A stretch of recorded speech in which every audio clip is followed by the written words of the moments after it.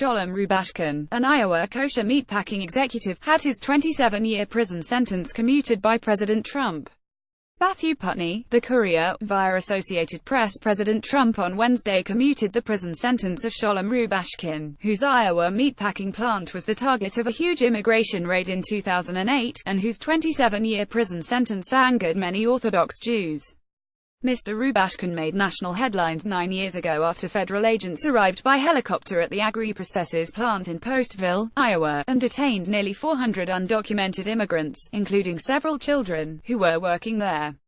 Mr. Rubashkin was the company's chief executive, and the plant had been the largest kosher meatpacking operation in the country. He was later convicted of bank fraud in federal court.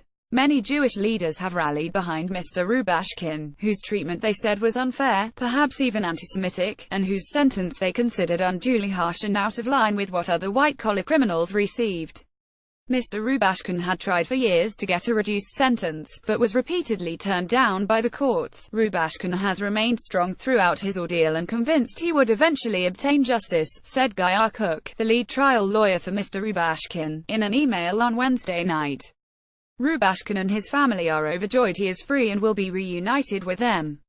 In a statement announcing the commutation, White House officials said they had received letters from more than 30 members of Congress, including several members of both parties, supporting an examination of the case. The president's review of Mr. Rubashkin's case and commutation decision were based on expressions of support from members of Congress and a broad cross-section of the legal community, the White House statement said. Senator Orrin Hatch, Republican of Utah, said on Twitter that the commutation was a real Hanukkah miracle and that he was proud to be a part of a large bipartisan group that had pushed for that outcome.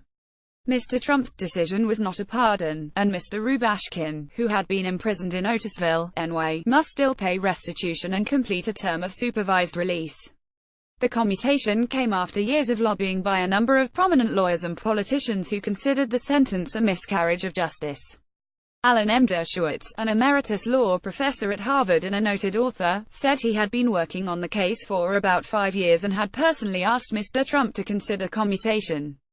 Mr. Dershowitz said he had made a similar request to Barack Obama during his presidency, but that he had declined. It was just compassion and justice, Mr. Dershowitz said. This was a bipartisan thing. It was a nonpartisan thing. And it was the right thing to do, but the commutation was not universally cheered. Robert Tay, a former federal prosecutor in Iowa, said that Mr. Rubashkin's sentence was what he earned because of his conduct and that it's a sad state when politics are allowed to interfere with the justice system. Really, this is 180 degrees contrary to a tough position on illegal immigration, said Mr. Tay, who said Mr. Rubashkin had probably been Iowa's largest employer of undocumented immigrants.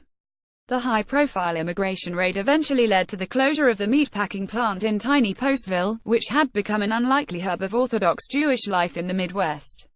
Around 300 employees of the plant, many of whom were Guatemalan, served prison sentences for identity theft, and several managers and supervisors were convicted of felony charges of harboring illegal immigrants.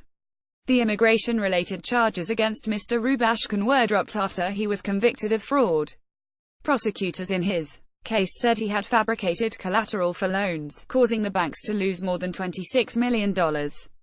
A version of this article appears in print on December 21, 2017, on page A21 of the New York edition with the headline, Meatpacking Plant Owner in 08 Iowa Raid is Freed.